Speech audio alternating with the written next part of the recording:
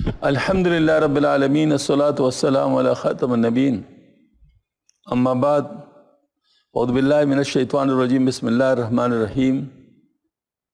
آج اتوار کا دن ہے۔ اتوار کے دن بھی ہمارے ہاں آج کل حضرت مجدد عرفانی رحمۃ اللہ علیہ کے تعلیمات کا درس ہوتا ہے، جو اکثر حضرت کے مکتوبات شریفہ سے مستفاد ہیں۔ آج جس عنوان سے ہم شروع کر رہے ہیں وہ ہے تواضع کی فضیلت کے بارے میں حضرت کیا ارشاد فرماتے ہیں۔ تواضع کی فضیلت کے بارے میں دفتر اول کے مکتوب نمبر 68 میں حضرت نے ارشاد فرمایا کہ تواضع دولت مندوں کی طرف سے اچھی ہے اور استغنا بے نیازی فقراء کی طرف سے، اس لیے کہ معالجہ ازداد یعنی بالمقابل چیزوں کے ساتھ ہوتا ہے۔ یعنی جو دولت مند حضرات یا اونچے عہدوں پر لوگ ہیں، ان کی نفس کشی جو ہے وہ اصل میں تواضع میں ہے، یعنی انسان اپنے آپ کو کچھ نہ سمجھے اور اللہ تعالیٰ کے لیے اپنے آپ کو عاجز کر دے مخلوق کے سامنے، یہ تواضع کہلاتا ہے اللہ کے لیے۔ اگر دنیا کے لیے کیا ہے تو پھر یہ مہ کرے یا احساس کمتری ہے، تو اللہ کے لیے اپنے آپ کو نیچے گرانا یہ تواضع ہے۔ تو جو اللہ کے لیے کرتا ہے، حدیث شریف میں بات ہے من تواضع للہ، جس نے اپنے آپ کو کم کیا اللہ کے لیے رفع اللہ، اللہ پاک نے اس کو بلند کر دی، تو اللہ تعالیٰ اس کو بلند فرماتے ہیں۔ جتنا انسان اپنے آپ کو گراتا جاتا ہے اللہ کے لیے، اتنا اللہ تعالیٰ اس کو بلند کرتا جاتا ہے۔ اور استغنا اور بے نیازی یہ فقراء کی طرف سے اچھی ہے۔ مطلب یہ ہے کہ استغنا سے مراد یہ ہے کہ مخلوق کے جیب پر نظر نہ ڈالنا، مخلوق کے عہدے پہ نظر نہ ڈالنا، مخلوق کے پاس جو نعمت ہے ان کے اوپر نظر نہ ڈالنا، اللہ جل شانہ کی طرف نظر رکھنا، یہ استغنا ہے۔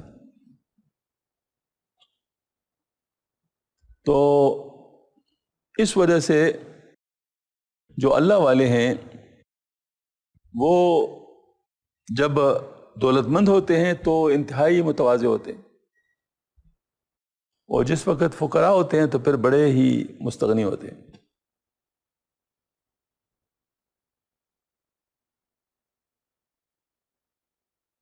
غالباً حضرت نظام الدین اولیاء رحمۃ اللہ علیہ سے وقت کے بادشاہ نے کہا کہ میں آپ سے ملنا چاہتا ہوں، تو حضرت نے فرمایا میرے گھر کے دو دروازے، ایک دروازے پہ آپ اندر داخل ہوں گے تو دوسرے دروازے سے میں نکل چکا ہوں گا۔ تو یہ اصل میں بنیادی بات ہے۔ ایک مشہور قول ہے فقراء کا، بزرگوں کا،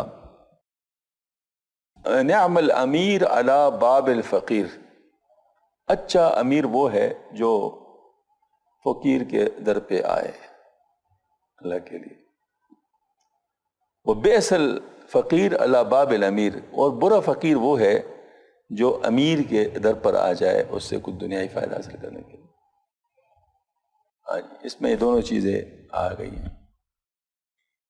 نیز دفتر اول کے مکتوب نمبر 69 میں حضرت نے ارشاد فرمایا کہ آپ کا محبت نامہ گرامی جو کہ آپ نے برادرم مولانا محمد صدیق صاحب کے ہمراہ ارسال فرمایا تھا، موصول ہوا۔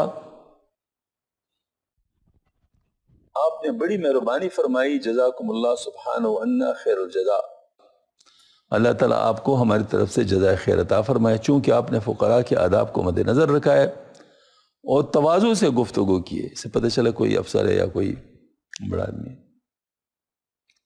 لہٰذا امید ہے کہ من تواضع للہ رفع اللہ، جس نے اللہ تعالیٰ کی رضا کے لیے تواضع اختیار کی، اللہ تعالیٰ نے اس کو بلند کر لیا کہ مستاق یہ عاجزی دینی و دنیائی سربلندی اور عزت کا سبب بن جائے گی، بلکہ ہو گئی ہے۔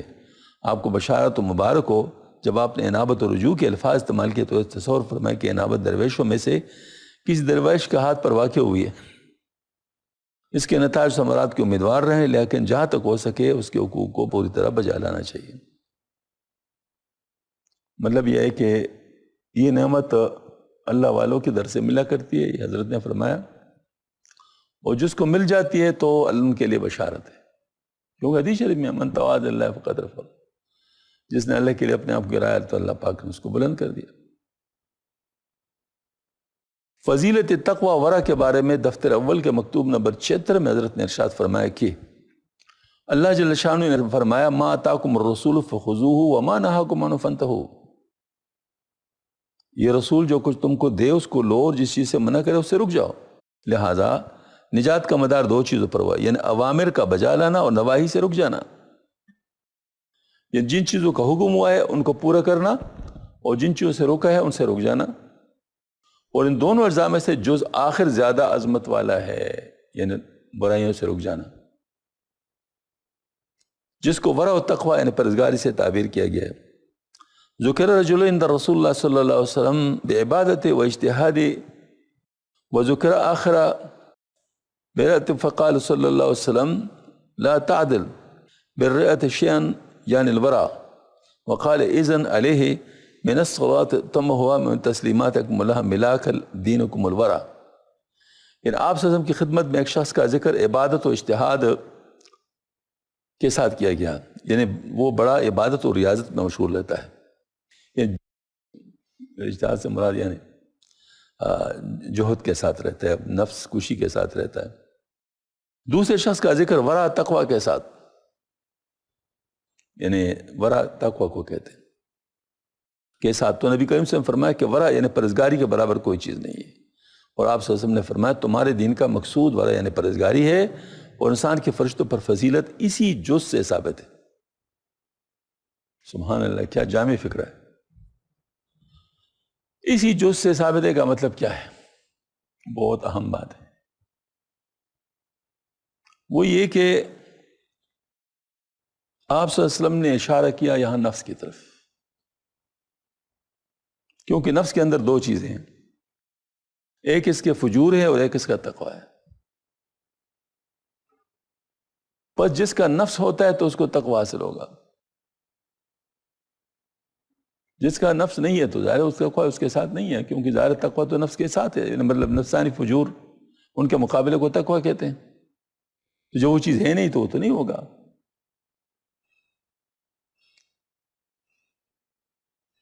تو جیسے مثال کے طور پر کوئی اندھا کہے کہ میں بد نظری نہیں کرتا، تو اس کو کتنا ثواب ملے گا؟ ظاہر کر ہی نہیں سکتا، جب کر نہیں سکتا تو اس کو ثواب بھی نہیں، جو کر سکتا ہے اور بچے تو اس کو ثواب ہے۔ یہ وہ اتنا عظیم نقطہ ہے، میں آپ کو کیا بتاؤں، یعنی ہر سالک کو اس کا سب سے پہلے سمجھ میں آنا چاہیے، ورنہ ہمیشہ کنفیوز رہے گا۔ اور وہ یہ ہے کہ بعض لوگ اکثر آتے ہیں اپنے اپنے مشائخ کے پاس کہ ہمارے دل میں تو یہ خیالات ہے اور یہ ہوتا ہے برائیوں کے خلاف، ان کو تسلی دیتے ہیں کہ بھائی یہ تو آپ کے کنٹرول میں نہیں ہے، جو تمہارے کنٹرول میں اس پہ عمل کرو، خیالات کا بگانا تمہارے کنٹرول میں نہیں ہے، لیکن غلط باتوں کی وسوسوں پہ عمل نہ کرنا تمہارے بس میں۔ مثلا میرے پاس چری ہے اور وسوسہ آ جائے کہ اس کے دوسرے شخص کے پیٹ میں گھونپ دو، اس پر کوئی گناہ نہیں، وسوسہ ہے، لیکن اگر گھونپتے تو پھر قتل ہے، اور نہ گھونپا تو تقوی ہے۔ مثلا میرے پاس شراب کا پیالہ پڑا ہوا ہے میرے سامنے، یہاں تو خیر اس کا تصور نہیں کیا جا سکتا، لیکن جو لوگ یورپ جا چکے ہوتے ہیں ان کو پتہ ہوتا ہے کہ وہاں پر ظاہر فنکشنوں میں جیسے یہاں چائے پیش کی جاتی ہے وہاں شراب رکھی جاتی ہے، گویا چائے وغیرہ کے لیے اور جوس وغیرہ کے لیے آپ کو کچھ کوشش کرنی پڑے گی، شراب کے لیے کوشش نہیں کرنی پڑے گی، ان کا ایک مطلب لازمی جز ہے، وہ ہوگا۔ تو آپ کو ارینج کرنا پڑتا ہے باقاعدہ حلال کے لیے، تو ایسی صورت میں تقوی وجود میں آتا ہے، کیونکہ آپ کے سامنے شراب کا پیالہ پڑا ہوا ہے لیکن آپ اس کو پی نہیں رہے، اور اگر آپ پئیں گے تو آپ کو کچھ بھی نہیں کہتا، کیونکہ ماحول ایسا ہے، وہاں نہ پینے والوں کو شاید کچھ کہے لوگ، اور جو پینے والے ہیں اس کو تو کوئی کچھ نہیں کہے گا، کیونکہ ظاہر مطلب ہے کہ وہ وہ ماحول ایسا ہے.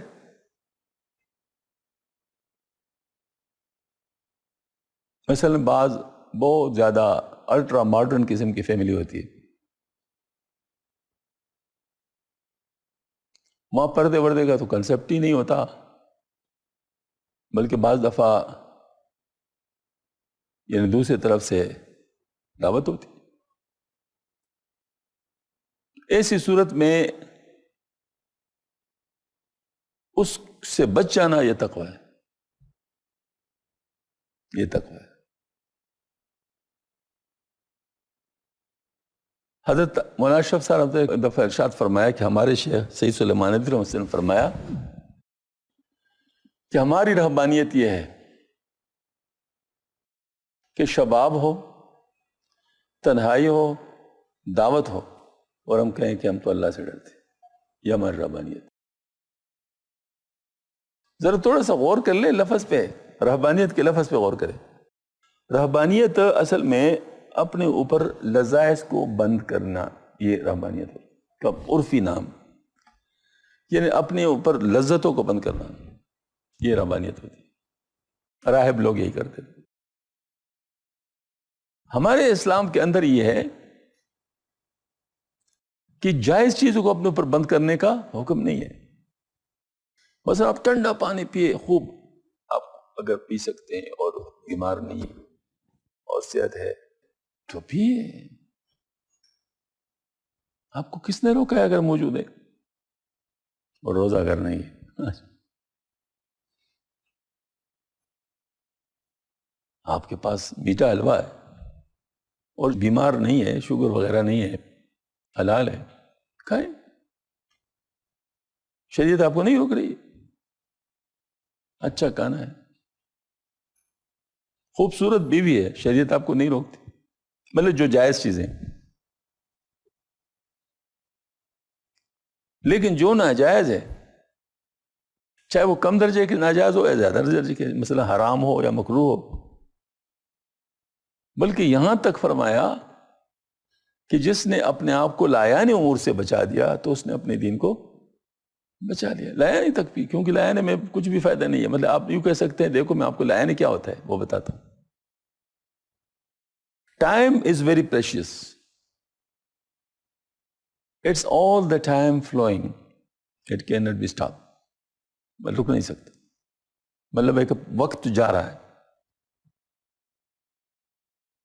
غافل تجھے گھڑیال یہ دیتا ہے منادی، گردوں نے گڑی عمر کی ایک اور گٹا دی. بعض دفعہ میں سوچتا ہوں اتنا جلدی جلدی ہفتہ گزرتا ہے، آدمی حیران ہو جاتے کہ کیسے گزر گیا. ابھی ہم نے جمعہ کی نماز پڑھی، اب پھر دوسرا جمعہ پھر آیا ہوتا ہے. اس طرح اتوار پہ فوراً مطلب آ چکا ہوتا ہے. مطلب بہت تیزی سے ٹائم گزر رہا ہے. تو ٹائم تو گزر رہا ہے، اس کو آپ روک نہیں سکتے. تو اس میں 3 قسم کے کام ہو سکتے ہیں: مثبت، منفی، صفر. مثبت، منفی، صفر. مثبت اوامر نواہی کو پورا کرنا، مطلب یہ ہے کہ شریعت کے مطابق چلنا، یہ مثبت ہے. منفی شریعت کے خلاف چلنا. اور زیرو اس کا مطلب ہے کہ نہ مخالفت ہو نہ حمایت. تو یہ وقت کا ضائع کرنا تو ہے نا. کم از کم وقت تو چلا گیا نا آپ سے. مثلا 1 گھنٹہ آپ نے ویسے گزار دیا ایک ایسی چیز میں جس میں آپ کا نہ دنیا کا فائدہ ہے نہ آخرت کا فائدہ ہے. دنیا کا فائدے سے مراد یہ ہے کہ مثلا میں کماتا ہوں اور اس نیت سے کماتا ہوں کہ اس سے میں طاقت حاصل کروں گا اور پھر اس کو عبادت میں صرف کروں گا. تو میں نے کمایا بھی نہیں دنیا تاکہ میں اس کو آخرت کے لیے استعمال کروں، وہ بھی نہیں ہوا. اور دین کے لیے بھی ذکر وغیرہ بھی نہیں کیا، کسی اچھے صحبت میں نہیں بیٹھا، قرآن پاک کی تلاوت نہیں کی، دعائیں نہیں کی. اب یہ میں نے وقت کو ضائع کر دیا، گزر گیا ویسے ہی. یہ لایا نہیں. تو اس کا مطلب یہ ہے کہ جب یہ والی بات ہے کہ ان چیزوں سے بچنا، یہ اصل میں تقویٰ ہے. آپ کو باقاعدہ فکر ہو وَلْتَنْظُرْ نَفْسٌ مَّا قَدَّمَتْ لِغَدٍ وَاتَّقُوا اللَّهَ. دیکھیں 2 دفعہ یا اتقوا اللہ ہے. یا ایھا الذین آمنوا اتقوا اللہ، اے ایمان والو اللہ سے ڈرو. وَلْتَنْظُرْ نَفْسٌ مَّا قَدَّمَتْ لِغَدٍ وَاتَّقُوا اللَّهَ إِنَّ اللَّهَ خَبِيرٌ بِمَا تَعْمَلُونَ. چاہیے کہ ہر شخص خود ہی دیکھ بالے کو کل کے لیے کیا بھیج رہا ہے، اور اللہ سے ڈرو کہ بے شک جو کچھ تم کرتے ہو اللہ تعالیٰ اس سے خوب آگاہ ہے. یعنی یہاں 2 دفعہ اتقوا اللہ ہے کہ اس کا مطلب ایک اتقوا اللہ یہ ہے کہ تم بیچ کیا رہے ہو اس کا سوچو، اور دوسرے اتقوا اللہ اس کے لیے آئے کہ یہ کوئی ایسی بات نہیں ہے کہ کوئی چیز نظر سے رہ جائے گی. یا دنیا میں تو آنکھوں میں دول جھونک سکتے ہو. جی وہ ہمارے بعد دفتر کے لوگ جو ہوتے ہیں وہ نہیں ہوتا تھمب امپریشن وہ کرتے ہیں نا، تو وہ یوں کرتے ہیں کہ جا کر وہ تم لگا لیتے ہیں پھر چلے جاتے ہیں. پھر اس کے بعد چھٹی کے وقت پھر تم لگاتے ہیں واپس جاتے ہوئے، بس درمیان میں پھر ہوتا ہے. ایسا ہوتا ہے. اب ٹھیک ہے آپ نے لوگوں کے آنکھوں میں دول جھونکا نا، لیکن اللہ پاک کے سامنے تو معاملہ کچھ ایسا نہیں ہے. وہاں تو آپ کچھ نہیں کر سکتے، وہاں تو ساری چیزیں ریکارڈ ہو گیا.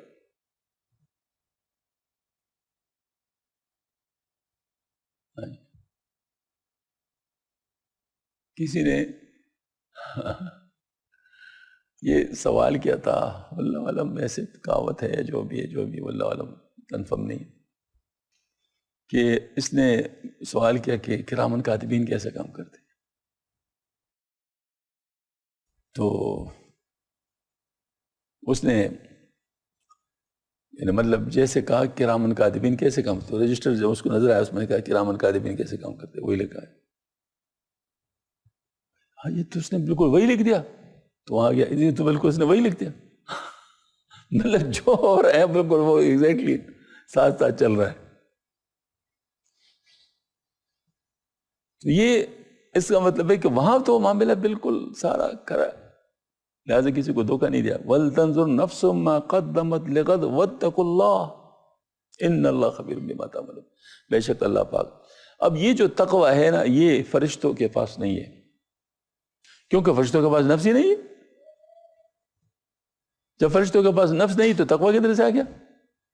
ان کا معاملہ الگ ہے، وہ تو ہے ہی پاک لوگ، وہ ان چیزوں سے محفوظ لوگ ہیں.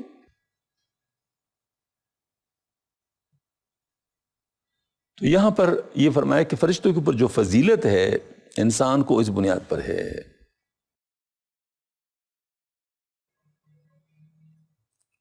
اور انسانوں کی فرشتوں پر فضیلت اسی جز سے ثابت ہے، اور قرب الہی کے درجوں پر ترقی بھی اسی جز سے ثابت ہے، کیونکہ فرشتے پہلے جز میں شریک ہے اور ترقی ان میں مفقود ہے.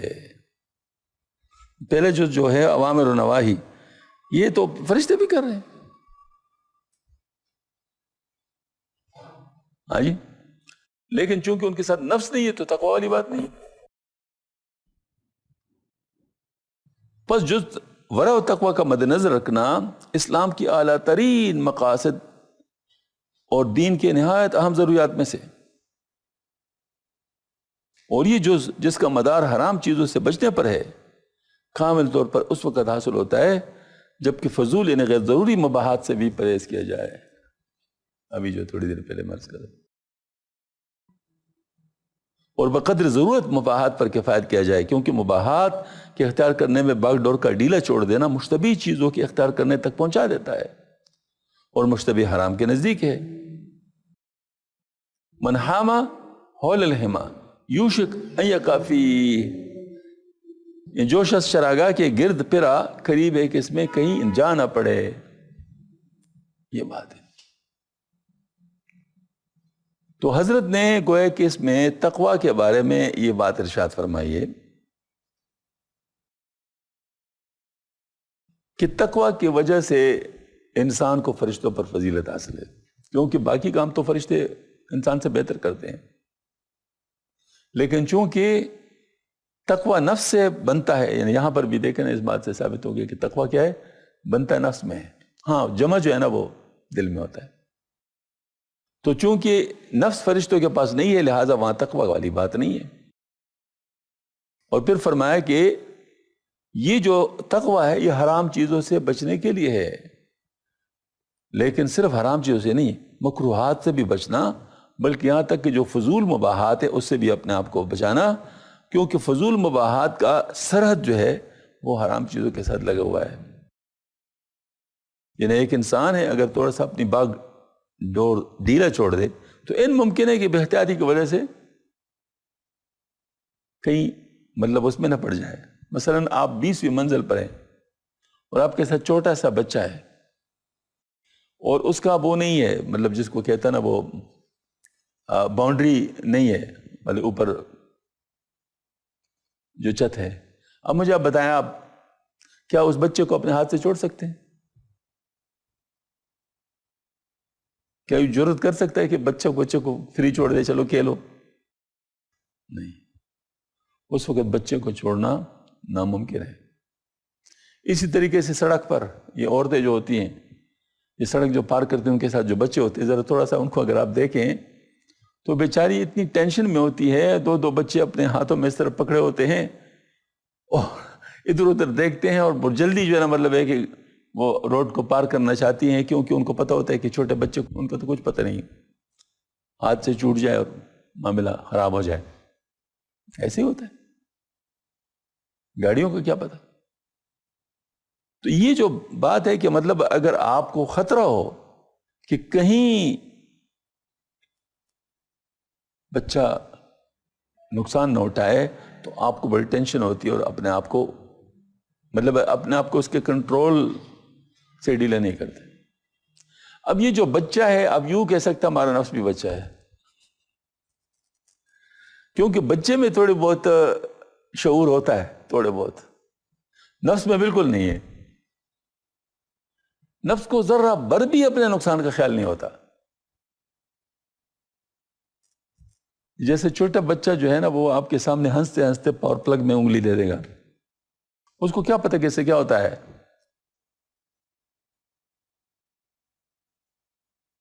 لیکن اگر اس کو نقصان ہوتا ہے پھر روتا ہے۔ تو یہ جو ہے نا مطلب جو رونا ہے ہوتا ہے، نفس کو تکلیف تو ہوگی۔ تو یہ جو ہے مطلب یوں کہہ سکتا ہے کہ نفس بالکل بچے کی طرح ہے، یا بچے سے بھی زیادہ نادان ہے۔ اگر آپ نے اس کو کھلا چھوڑ دیا تو این ممکن ہے کہ اپنے آپ کو نقصان پہنچائے۔ تو یہ کھلا نہ چھوڑنا کیا ہے؟ یہ تقویٰ ہے۔ یہ کھلا نہ چھوڑنا کیا ہے؟ یہ تقویٰ ہے۔ یعنی آپ اس کا احتیاط کریں کہ یہ کر سکتے ہو، یہ نہیں کر سکتے۔ ہمارے ساتھ گاڑیوں میں بچے ہوتے ہیں تو بچوں کی بڑی کوشش ہوتی ہے کہ وہ کھڑے رہیں اور وہ ساری چیزیں جو ہے نا ونڈ اسکرین پر مطلب وہ دیکھتے رہیں۔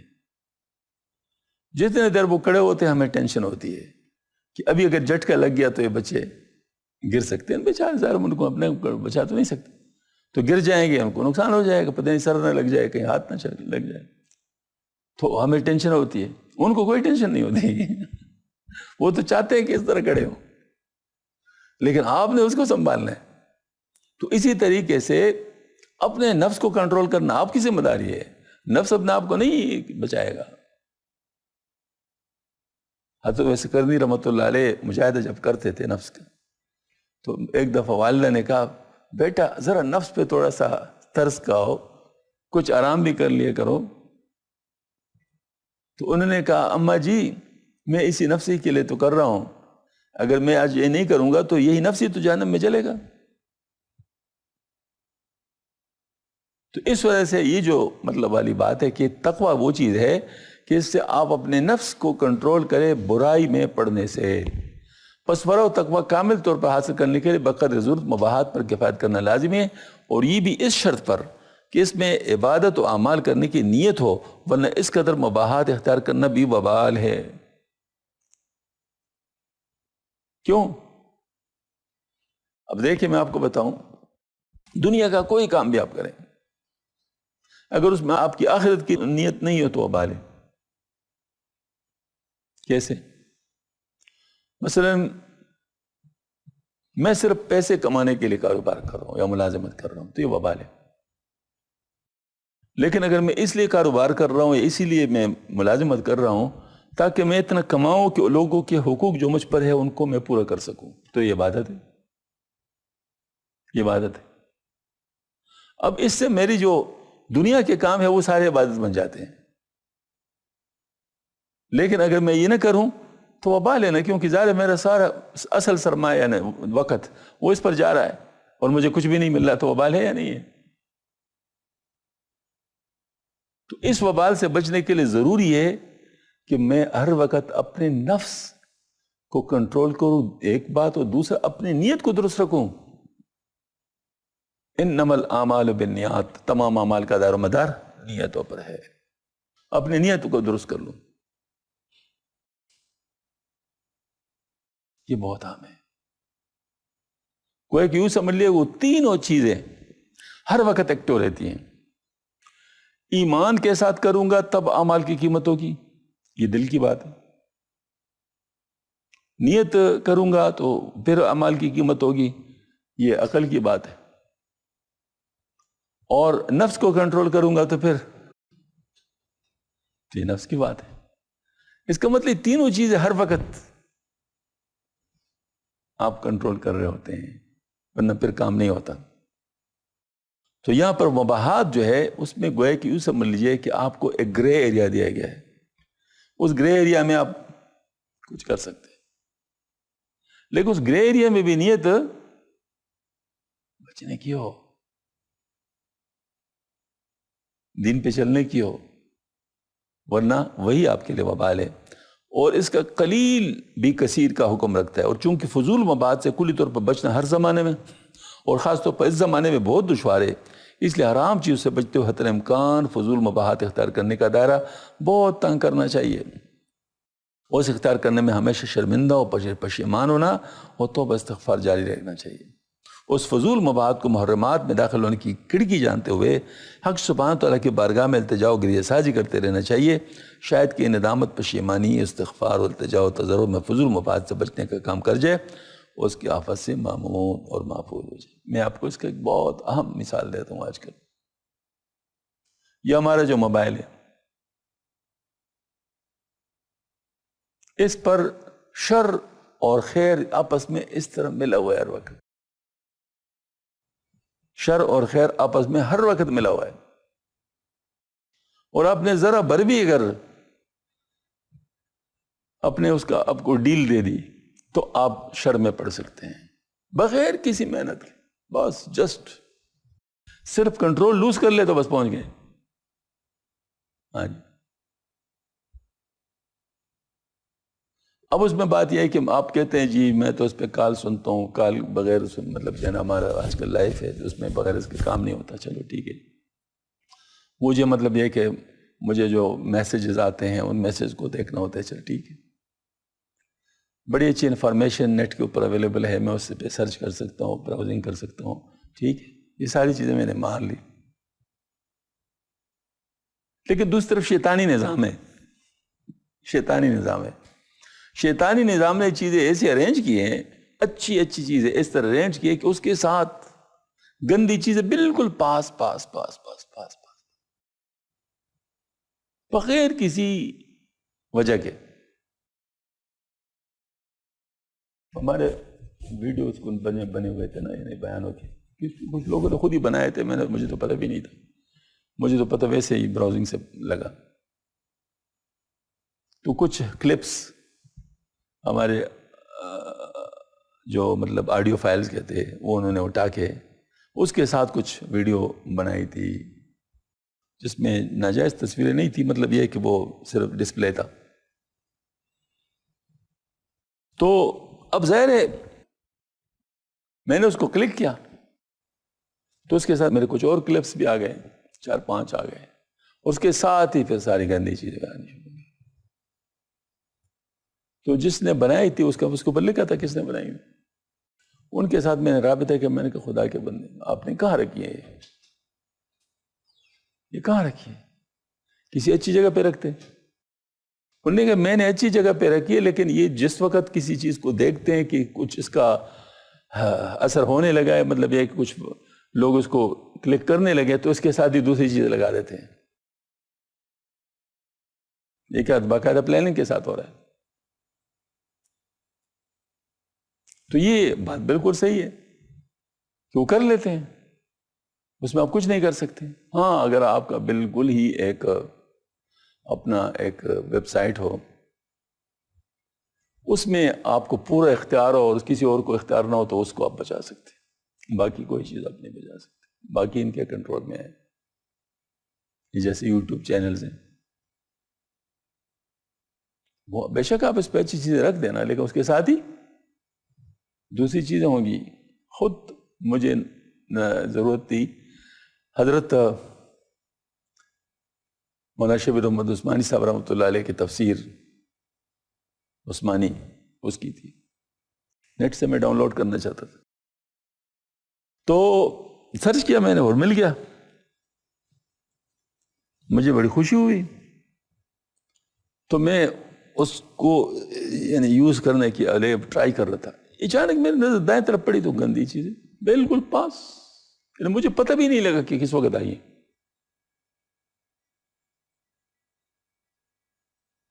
یعنی ایسے عجیب، مطلب انسان حیران ہو جاتا ہے. اور اب تو اتنی دلیری ہے. پہلے طرح تھوڑا سا آپ کو آپشن دیتے تھے نا کہ اگر آپ نے اپلائی کیا تو پھر آپ کو پاس آئے گا کوئی چیز، کیونکہ یہ چیز ہمارے سامنے ہی چلی ہے نا. پہلے کچھ نہ کچھ تھوڑے سے ادب آداب اس مسئلے کے تھے. اب تو یہ بات ہے کہ آپ اخبار دیکھ رہے ہیں، اخبار میں یہ مطلب یہ 4-5 ٹاپک گزرے، پھر گندی چیزیں، اس کے بعد پھر صحیح چیزیں، پھر گندی چیزیں، پھر اس کے بعد صحیح چیزیں. یعنی آدمی بالکل بچ ہی نہیں سکتا. ایسے ان لوگوں نے ارینجمنٹ کیا ہے. بچے گا وہی جو فل الرٹ ہوگا، فل الرٹ جس کو ہم کہتے ہیں نا، ایوری ٹائپ آف الرٹنس ہوگا تو پھر ہوگا.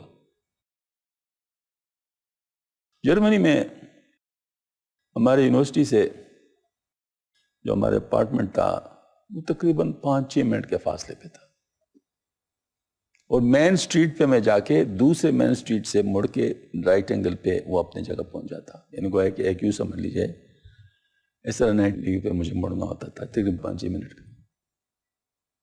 مغرب کا وقت تھا، مجھے تھوڑی دیر ہو گئی تھی، تو میں جلدی پہنچنا چاہتا تھا کہ میں جلدی پہنچ جاؤں. تو وہ جو ڈائگنل والا راستہ تھا اس پہ میں کبھی نہیں گیا تھا، لیکن نظر آتا تھا کہ یہ راستہ بھی ادھر ہی جا رہا ہے. ڈائگنل تھا کیونکہ ادھر سے تو اگر سامنے اس طرح جا رہے تو اس کا مطلب ہے ادھر جانا ہے. تو میں پہلی دفعہ اس راستے پہ مجبوراً، مطلب ضرورت نہیں تھی لیکن کچھ میرا خیال تھا کہ شاید میں جلدی پہنچ جاؤں، تو روانہ ہو گیا. اور جیسے میں اندر داخل ہو گیا تو غلطی کا ایسا ہو گیا کہ میں نے غلطی کی ہے، میں غلط جگہ پہ آیا ہوں. وہ ان کا بازار حسن تھا. اب یہ میرے پاس یہ رومال الحمدللہ ادھر بھی ہوا کرتا تھا. یہ بہت بڑی اچھی چیز ہے، اس کے بڑے فوائد ہیں. پہلے پٹھانوں کا چادر ہوا کرتا تھا نا، چادر کے بڑے فوائد ہمیں بتائے جاتے تھے کہ بڑے فوائد ہیں. وقت پہ جانماز بن جاتا ہے، وقت پہ تلائی بن جاتی ہے، لحاف بن جاتا ہے، سرہانہ بن جاتا ہے، کوڑا بن جاتا ہے. ٹھیک ہے، مختلف قسم کی چیزیں بن جاتی، رسی بھی بن جاتی ہے. تو یہ نظم کی صورت میں ہمیں بتایا جاتا تھا چادر کے بارے میں. اب چادر تو ہم نہیں پھراتے، ذرا ماڈرن ہو گئے، تو اب جو ہے نا مطلب کم از کم رومال یہ پھراتے ہیں. تو اس کے بھی بڑے فائدے ہیں. تو یہ میرے ساتھ ہی رومال تھا، فوراً میں نے رومال اٹھا کے سر کے اوپر ڈال دیا. اور وہ جو پرانے نقش بندی حضرات ہوتے تھے نا، جیسے مطلب اس طرح مطلب یہ ہے کہ وہ میں نے بنا دیا، اس طرح چتر سا بنا لی، اور بس نیچے دیکھ کے اس اور پشتوں میں کہتے دو میں خپلی کے دو میں پردائی، یعنی دو میں نے اپنے پیر کے دو سرے سے لے لیا. اور تقریباً باغ کے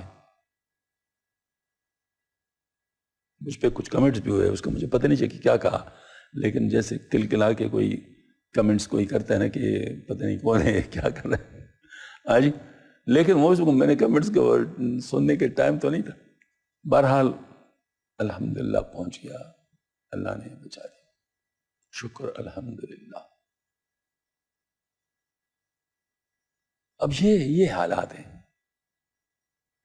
تو اس میں فل الرٹنس ہو تو پھر انسان بچ سکتا ہے، ورنہ نہیں بچ سکتا. خود بخود کسی گڑھے میں پڑ جائے گا. اس کے لیے بہت کنٹرول چاہیے. اس کنٹرول کے لیے کنٹرول انوائرمنٹ چاہیے، جس کو کہتے ہیں صحبت صالحین. مجھے خوب یاد ہے، ہم پشاور یونیورسٹی میں تھے. پشاور یونیورسٹی میں بھی کوئی جگہ ایسی تھی جو کہ ذرا بدنام جگہ تھی، لیکن آپ یقین کیجئے کہ ہمیں اپنے اس کے اندر، اپنے اسٹڈیز کے اندر اس کا پتہ ہی نہیں چلا کہ وہ ایسی جگہ بھی ہیں. وہ بس ہمیں بس کام یہ ہوتا تھا کہ یونیورسٹی جانا ہے اور پھر ہاسٹل آنا ہے یا گھر جانا ہے چھٹی پر یا مولانا صاحب کے پاس جانا ہے یا کبھی کبھی بازار کسی چیز کو لینے کے لیے. بس یہی ہماری ایکٹیویٹی تھی، اس کے زیادہ ہماری ایکٹیویٹی تھی نہیں. ایسی چیزوں کا پتہ ہمیں رسالوں سے پتہ چلا. جو رسالے میں ایسے مزین اور دوسرے رسالے جو تھے وہ میڈیکل کالج کے، انجینئرنگ کالج کے، وہ ہم نے پڑھے تو اس کے اوپر چٹکلے لطیفے ان کے مشہور تھے نا ان چیزوں کے، تو وہ آ گئے تو ہمیں پتہ چلا کہ اچھا یہاں پر یہ چیزیں بھی ہیں. تو صحبت صالحین ایسی چیز ہے، اگر انسان صحبت صالحین اختیار کرتا ہو تو ان چیزوں سے بچ جاتا ہے. یہ پورا ایک زبردست قسم کا ماشاءاللہ، یعنی صحبت صالحین کے ذریعے سے ایک انسان جیسے قلعہ میں محفوظ رہتا ہے. اس کی وجہ یہ ہے کہ اس کا جو انسان کے دل پہ جو اثر ہوتا ہے اس کا کنٹراسٹ بنتا ہے. بس آپ ایک روحانی ماحول میں چلے گئے، دل بڑا خوش ہو گیا. آپ کسی ظلماتی ماحول میں چلے گئے، دل بڑا پریشان ہو گیا، دل پہ اندھیرے چھا گیا. اس کو ظلمت کہتے ہیں. بھئی آپ اچھے جگہوں پہ جاتے رہو تو ظلمت کا احساس ہوگا نا. آپ نے اچھی جگہ دیکھی ہی نہیں ہے تو آپ کو ظلمت کا احساس کیسے ہوگا؟ آپ کے لیے تو ہر ایک جگہ ایک جیسی ہے. لیکن جب اچھے ماحول کے ساتھ آبادی ہو چکے ہوں گے تو برے ماحول کا سینس آپ کو بہت جلدی ہو جائے گا اور آپ محسوس کر لیں کہ میں کسی گڑھے میں پھنس گیا ہوں، کسی جگہ پہ پھنس گیا ہوں. تو انسان پھر اس سے نکلنا بھی چاہتا ہے، اللہ پاک نکال بھی دیتا ہے. خیر، ایک بزرگ فرماتے ہیں انکسار العاصین احب الی من سولت المطیعین. سبحان اللہ. گناہگاروں کی انکسار و عاجز اللہ تعالیٰ کے نزدیک فرمان برداروں کے دبدبہ جدوجہد سے زیادہ محبوب ہے.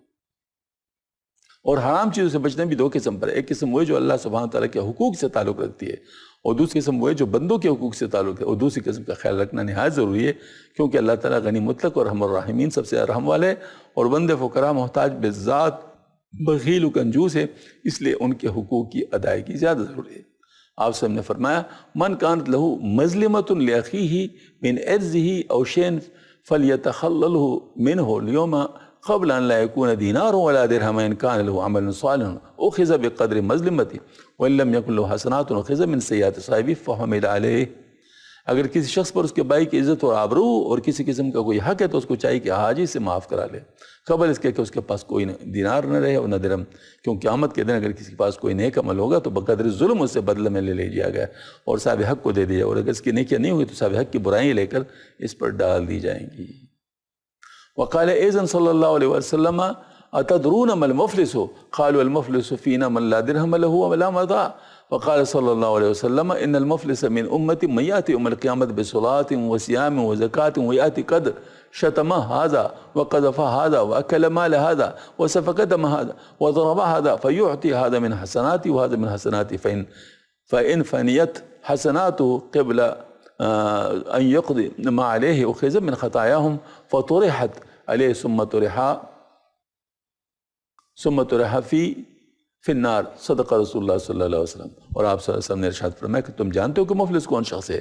حاضرین صحابہ نے عرض کیا ہم میں مفلس وہ شخص ہے جس کے پاس درہم و اسباب کچھ نہ ہو. آپ صلی اللہ علیہ وسلم نے فرمایا میری امت میں سے مفلس وہ شخص ہے جو قیامت کے دن نماز روزہ زکوٰۃ سب کچھ لے کر آئے گا، لیکن ساتھ ہی اس نے کسی کو گالی بھی دی ہو، کسی کو تہمت بھی لگائی ہوگی، کسی کا مال بھی کھایا ہوگا اور کسی کا خون بہایا ہوگا اور کسی کو مارا ہوگا.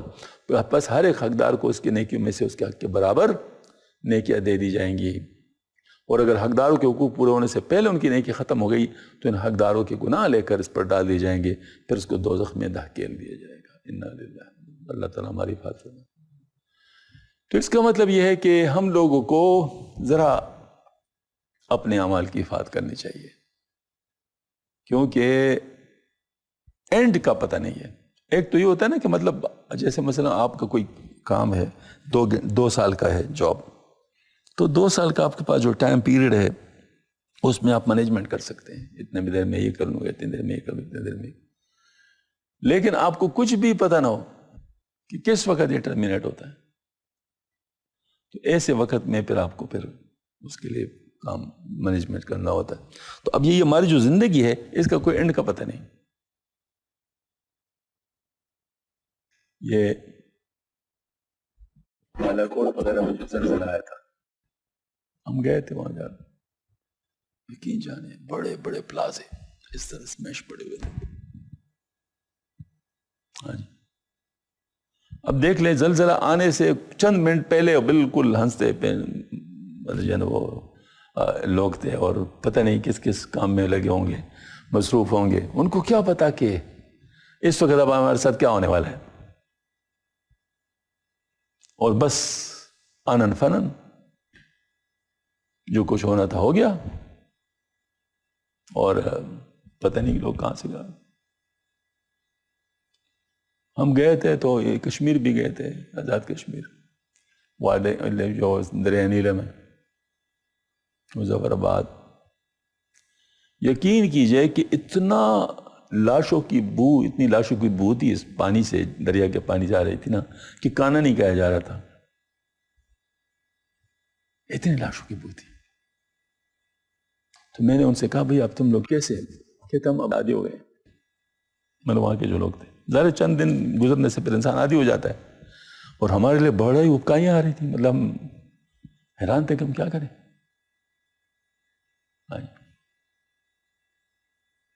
اور کمال کی بات ہے، اللہ پاک اپنی قدرتوں کا اظہار فرماتے ہیں۔ بالاکوٹ گئے تھے تو بالاکوٹ میں اصل میں تقریباً 1 مہینے پہلے ہم بالاکوٹ ویسے گئے تھے کسی اور کام کے لیے، تو وہ بالاکوٹ بھی ہم نے دیکھا تھا، جو پیلس موجود تھا نا وہ بھی ہم نے دیکھا تھا، بازار وغیرہ ساری چیزیں وہ ہم نے دیکھی ہوئی تھی۔ اور وہ جو زلزلے کے بعد پھر ہم گئے، وہ حالت ایسی تھی کہ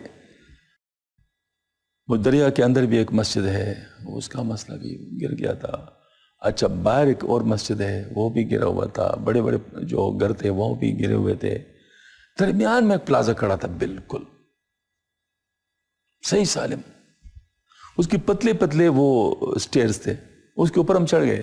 آپ گئے ادھر؟ نہیں؟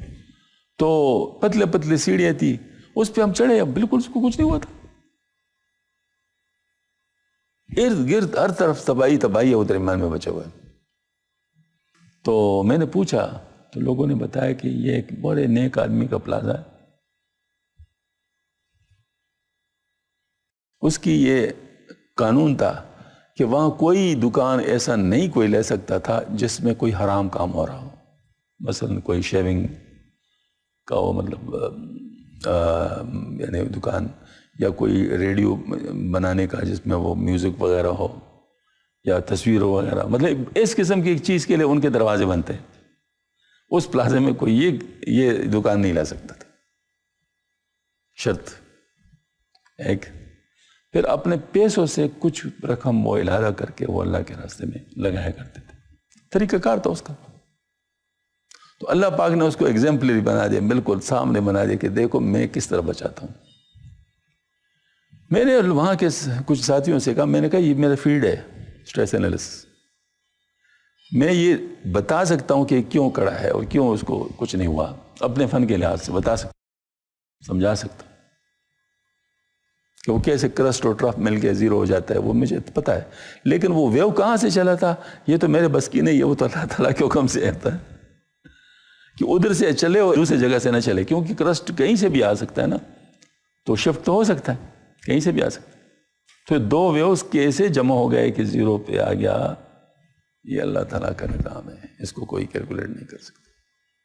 ہاں جی، تو اللہ جل شانہ نے ان کے لیے ویسے کر دیا، یہ سامنے جیتی جاگتی بات ہے۔ یا میں بات کر رہا تھا تو ایک حاضری میں سے ایک آدمی کہتا میں ادھر گیا ہوں، اور میں نے خود بھی دیکھا ہے۔ تو یہ بات ہے کہ اللہ تعالیٰ اپنی قدرت بعض دفعہ دکھاتا ہے، لیکن دیکھو قدرت دکھانے تو اللہ پاک دکھا دے گا، لیکن ہمیں قرآن و حدیث میں جو موجود ہے نا وہ کافی ہے نا، کہ اس کے لیے ہمیں تجربہ کرنے کی ضرورت ہے؟ ہمیں تجربہ کرنے کی تو ضرورت نہیں ہے۔ ہاں، جو اللہ پاک نے قرآن پاک میں فرمایا ہے اور جو حدیث شریف میں آپ صلی اللہ علیہ وسلم نے ارشاد فرمایا ہمارے لیے موجود ہے، ہم اس پر عمل کریں۔ یا کریم، توبہ انابت ورع و تقوی کی ترغیب کے بارے میں دفتر دوم کے مکتوب نمبر 66 میں ارشاد فرمایا الحمدللہ والسلام علی عباد الذین اصطفیٰ، اللہ تعالیٰ کی حمد اور اس کے برگزیدہ بندوں پر سلام ہو، چونکہ عمر عزیز و معاصی تقصیرات و بیہودہ کام میں گزری ہے، اس لیے مناسب ہے کہ توبہ انابت کے نسبت کلام کیا جائے اور ورع و تقوی کو بیان کیا جائے۔ اللہ جل شانہ کا ارشاد مبارک ہے وَتُوبُوا إِلَى اللَّهِ جَمِيعًا أَيُّهَا الْمُؤْمِنُونَ لَعَلَّكُمْ تُفْلِحُونَ، ایمان والو تو سب مل کر اللہ تعالیٰ کے حضور میں توبہ کرو تاکہ تم کو فلاح حاصل ہو۔ اللہ تعالیٰ فرماتے ہیں یا ایھا الذین آمنوا توبوا الی اللہ توبۃ نصوحا عسیٰ ربکم ان یکفر عنکم سیئاتکم ویدخلکم جنات تجری من تحتہا الانہار، اے ایمان والو تم اللہ تعالیٰ کے سامنے سچے دل سے توبہ کرو، امید ہے کہ تمہارا رب برائیوں کو تم سے دور کر دے اور تم کو ایسی جنت میں داخل جس کے نیچے نہریں جاری ہیں۔ نیز اللہ جل شانہ ارشاد فرماتے وَذَرُوا ظَاهِرَ الْإِثْمِ وَبَاطِنَهُ، اور ظاہری و باطن گناہوں کو چھوڑ دو۔ پس گناہوں سے توبہ کرنا ہر شخص کے لیے واجب اور فرض عین ہے، کوئی بشر اس سے مستغنی نہیں ہو سکتا۔ جب انبیاء کرام تک توبہ سے مستغنی نہیں تو پھر اوروں کا کیا جگہ؟ چنانچہ حضرت خاتم الرسل صلی اللہ علیہ وسلم فرماتے اِنَّهُ لَيُغَانُ عَلَىٰ قَلْبِي وَإِنِّي لَأَسْتَغْفِرُ اللَّهَ فِي كُلِّ يَوْمٍ 70 مرہ، میرے دل پر بھی غبار سا آ جاتا ہے، اس لیے میں دن رات میں اللہ تعالیٰ سے 70 مرتبہ استغفار کرتا ہوں۔ بس اگر گناہ اس قسم کے جن کا تعلق اللہ تعالیٰ کے حقوق کے ساتھ اور بندوں کے مظالم اور حقوق کے ساتھ تعلق نہیں، جیسے کہ زنا، شراب کا پینا، سرود و ملاحی، لعب کا سننا، غیر محرم کی طرف بنظر شہوت دیکھنا، بغیر وضو قرآن مجید کو ہاتھ لگانا اور بدعت پر اعتقاد رکھنا وغیرہ وغیرہ، تو ان امور کی توبہ ندامت، استغفار و حسرت و افسوس اور بارگاہ الہی میں عذر خواہی کرنے سے ہے۔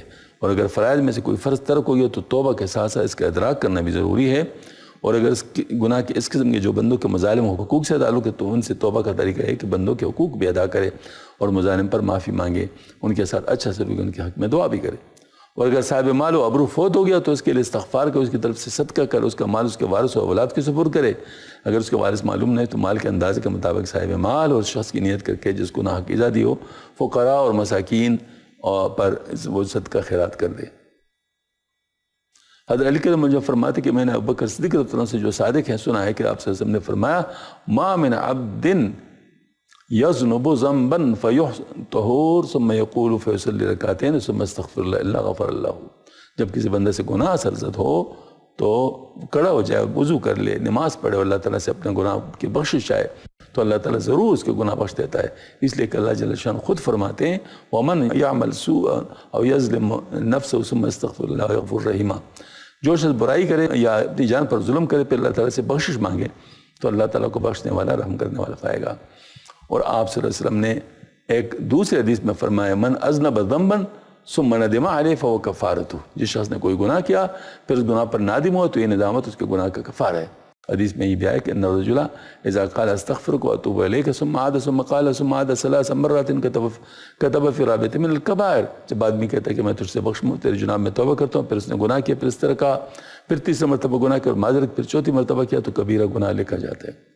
ایک اور حدیث میں آپ صلی اللہ علیہ وسلم نے فرمایا هلك المصوفون يقولون سوف نتوب، ہلاک ہو گئے وہ لوگ جو کہتے کہ من قریب توبہ کر لیں گے۔ لقمان حکیم نے اپنے بیٹے کو بطور نصیحت فرمایا بیٹا توبہ کرنے میں کل تک کی بھی تاخیر نہ کرنا کیونکہ موت اچانک آ جاتی ہے۔ حضرت مجاہد رحمۃ اللہ فرماتے کہ جو شخص صبح و شام توبہ نہ کرے وہ ظالموں میں سے ہے۔ اور عبداللہ بن مبارک رحمۃ اللہ فرماتے ہیں کہ حرام کے ذریعے ایک پیسے لیا ہو اور واپس کر دینا اس وقت پیسوں کی صدقہ کرنے سے افضل ہے۔ بعض بزرگوں نے بھی کہا کہ اکرتی چاندی جو غلط طریقے سے حاصل کی گئی اس کا واپس کر دینا 6 مقبول حجوں سے افضل ہے۔ ربنا ظلمنا انفسنا وان لم تغفر لنا وترحمنا لنكون من الخاسرین، اے رب ہمارے ہم نے اپنے جانوں پر ظلم کیا، اگر تو نے ہم پر بخش اور رحمت نہ فرمائی ہو تو ہم خسارہ والوں میں سے ہو جائے گے۔ نبی کریم صلی اللہ علیہ وسلم سے روایت کہ اللہ فرماتے ہیں عبدی اذا مفترض علیک تکن من عابد الناس وانتہی اما نہیتک انہ تکن من اورا الناس واقنا بما رزقت، بما رزقتک کن من اغنی الناس، میرے بندے جو کچھ میں نے تجھ پر فرض کیا اس کو ادا کر، بس تم سب لوگوں سے زیادہ عابد ہو جائے گا، اور جن باتوں سے میں نے تجھ کو منع کیا اس سے باز رہے، بس تم سب لوگوں سے پرہیزگار ہو جائے گا، اور جو کچھ میں نے تجھ کو رزق دیا اس پر قناعت کر، بس تم سب سے زیادہ غنی ہو جائے گا۔ اور آپ صلی اللہ علیہ وسلم نے حضرت ابو ہریرہ نے فرمایا کن ورا عدم الناس، تو پرہیزگار بن، پس تم تمام لوگوں سے زیادہ عابد ہو جائے گا۔ حضرت حسن بصری رحمۃ اللہ علیہ سبحان فرماتے کہ کیا ایک ذرہ کی برابر تقوی 1000 مسکال والی نماز روز سے بہتر ہے۔ وہ تو فرماتے کہ کل قیامت کے دن اللہ تعالیٰ کے ہم نشین پرہیزگار و زاہد لوگ ہوں گے۔ اللہ تعالیٰ نے موسیٰ علیہ السلام کی طرف وہی بھیجی کہ میرا تقرب حاصل کرنے کے لیے جس قدر ورا یعنی پرہیزگار ضروری ہے، اتنی اور کوئی چیز نہیں ہے۔ بعض علماء ربانی فرماتے کہ جب تک انسان ان 10 چیزوں کو اپنے اوپر لازم نہ کرے اس وقت تک ورا حاصل نہیں ہوتا، یعنی تقویٰ۔ پہلی بات غیبت سے زبان کو بچائے، 2 بدگمانی سے بچے، 3 مسخرہ پن سے پرہیز کرے۔ یہ اصل میں کچھ چیزیں ایسی ہے جس کو کہتے ہیں نا خواہ مخواہ اپنے آپ کو خراب کرنا، خواہ مخواہ جسٹ فار نتھنگ۔ مثلا میں لطیفے سنانے شروع کروں، ان لطیفوں میں لوگوں کو ہنساؤں اور کچھ ایسی بات کروں جس سے میں گناہ گار ہو جاؤں، مجھے بتاؤ کیا ملا؟ مثلا اگر مجھے کوئی ٹائٹل مل سکتا ہے اس میں تو یہ مل سکتا ہے کہ مسخرہ ہے، جو کرے تو کیا جو کرے انسان کہلاتا ہے؟ پسند کرتا ہے؟ مثلا آپ کسی کو کہہ دے وہ جو کر تو خوش ہوگا سننے سے؟ نہیں ہوگا۔ لیکن ہم اس لفظ سے بھی جس سے بھاگتے ہم پسند نہیں کرتے، اس کے تقاضے پہ عمل کرتے ہیں، کیا فائدہ؟ تو یہاں پر یہ مسخرہ پن سے پرہیز کرے، 4 حرام چیزوں سے آنکھ بند رکھے، 5 سچ بولے، 6 ہر حال میں اللہ تعالیٰ کا احسان جانے تاکہ نفس مغرور نہ ہو، 7 اپنا مال رہے حق میں خرچ کرو، باطل جگہ پہ نہ کرے، اپنے نفس کے لیے بلندی اور بڑائی کا طالب نہ ہو، نمازوں کی حفاظت کرے، سنت والجماعت کے عقائد پر استقامت کرے، ربنا اتمم لنا نورنا واغفر لنا انک علی کل شیء قدیر۔ میرے مخدوم مکرم اے شفقت مکرمت کے نشانیوں والے، اگر تمام گناہوں سے توبہ میسر ہو جائے، تمام محرمات و مشتبہات چیزوں سے ورا تک وہ حاضر ہو جائے تو ایک بڑی نعمت اور اعلیٰ درجے کی دولت ہے، ورنہ بعض گناہوں سے توبہ کرنا، بعض محرمات سے بچنا بھی غنیمت ہے، شاید ان بعض کے برکت و انوار بعض دوسروں میں بھی اثر کر جائے اور تمام گناہوں سے توبہ ورا کی توفیق ہو جائے۔ ما لا یدرک کلہ لا یدرک کلہ، جو چیز پوری حاصل نہ ہو سکے تو ان کو بالکل چھوڑنا بھی نہیں چاہیے۔ اللہم وفقنا لما رضاتک وثبتنا علی دینک وعلی طاعتک بصدقۃ سید المرسلین وقائد المہجلین علیہ وعلیہم وعلی آلہ کل من الصلوات افضلها من تسلیمات اکمل۔ تو حضرت نے ماشاءاللہ تقویٰ کے بارے میں بہت ماشاءاللہ مؤثر کلام فرمایا ہے۔ تو اب اس کلام کو سمجھنے کے لیے ہمیں کوشش کرنا چاہیے اور اس کو اپنی زندگی کا مطلب منشور بنانا چاہیے، اپنی زندگی کو اس کے مطابق گزارنا چاہیے۔ گزرا وقت واپس نہیں آتا، لیکن توبہ کرنے سے گزشتہ کے گناہ معاف ہو جاتے ہیں، کم از کم منفی چیز کو انسان ختم کر سکتا ہے، جس کا طریقہ حضرت نے فرما دیا کہ جن کا حق ہے ان کو لوٹا دو۔ اگر کوئی ایسے عمل فوت ہو گیا ہے جس کا قضا لازم ہے تو پہلے اس کا قضا بھی کرو، توبہ بھی کرو۔ اس طریقے سے توبہ کے 3 شرطیں لازمی ہیں اور 4 اضافی ہے۔ 3 شرطیں جو لازمی ہے وہ یہ ہے اس عمل پہ نادم ہو جانا، یہ تو شرط اول ہے۔ پھر اس عمل سے رک جانا، یہ یوں سمجھ لیجئے کہ ارادہ بن جاتا ہے۔ ایک ہوتا ہے تمنا، ایک ہوتا ہے ارادہ۔ تمنا کچھ فائدہ نہیں اس کا کچھ بھی اثر نہیں ہوتا تمنا کا، ارادے کا فائدہ ہوتا ہے۔ تو ارادہ و تمنا میں فرق یہ کہ تمنا میں انسان عمل نہیں کرتا اور ارادے میں کے ساتھ عمل وابستہ ہے، لہٰذا جب انسان ارادہ کرے توبہ کا تو ندامت پہلے، اس کے بعد اس عمل سے رک جائے، اور تیسری بات آئندہ کے لیے نہ کرنے کی نیت کرے۔ یہ 3 باتیں تو لازمی ہیں۔ چوتھی بات اضافی یہ ہے کہ اگر کسی کا حق سے متعلق ہے تو اس کو حق پہنچانا بھی لازمی ہے، ورنہ اسے معاف کرانا۔ اور اگر اس کا کسی قضا عمل کے ساتھ تعلق ہے، جیسے نماز قضا ہو جائے تو انہیں قضا پڑھنی پڑتی ہے، روزے قضا ہو جائے تو قضا کرنی ہوتی ہے، تو ان کا قضا بھی کرنا ہوگا، توبہ بھی کرنا ہوگا. تو توبہ سے پھر گناہ کم از کم معاف ہو جاتے ہیں. اور حضرت نے جو فرمایا کہ اصل تو یہ کہ سارے گناہوں سے انسان توبہ کرے، لیکن اگر سارے گناہوں سے کسی وقت توبہ نہ کر سکے تو کم از کم جتنوں سے کر سکتے اس میں تو دیر نہ کرے. کیونکہ حضرت نے فرمایا کہ اگر پورا کوئی کام نہیں کر سکتے تو جتنا کر سکتے اس کو تو نہ چھوڑو، اور اس کی برکت سے پھر ماشاءاللہ اور بھی انشاءاللہ ان سے بھی توبہ کرنا آسان ہو جائے گا. تو اس وجہ سے ہمیں چاہیے کہ حضرت کے ان نصائح پر ہم عمل کر لیں اور اپنے آپ کو خراب نہ کریں. وآخر دعوانا الحمدللہ رب العالمین.